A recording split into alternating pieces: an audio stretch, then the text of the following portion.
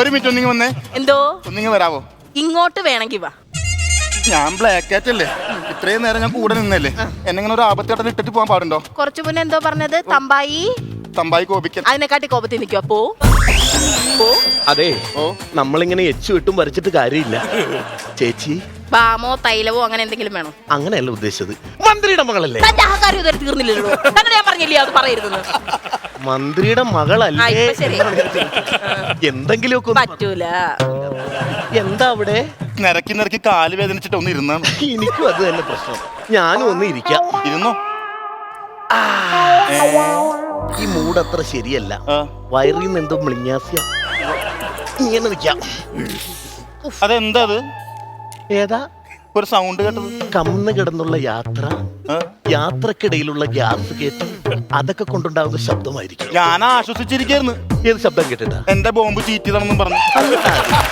അതല്ല, ഇത് പൊട്ടിച്ചാണല്ലേ? വേണോ? ടൈമിങ്ങിന് തന്നെ പൊട്ടിക്കണം.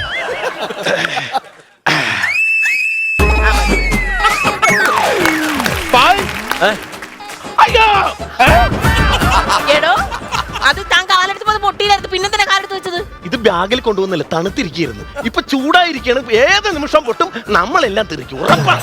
എന്തായാലും പൊട്ടുമല്ലോ. ആർക്കെങ്കിലും ജീവൻ ബാക്കിയുണ്ടെങ്കിൽ അവരപ്പുറത്ത് വന്നേരാം, ഞാൻ അവിടെ കാണുവേ.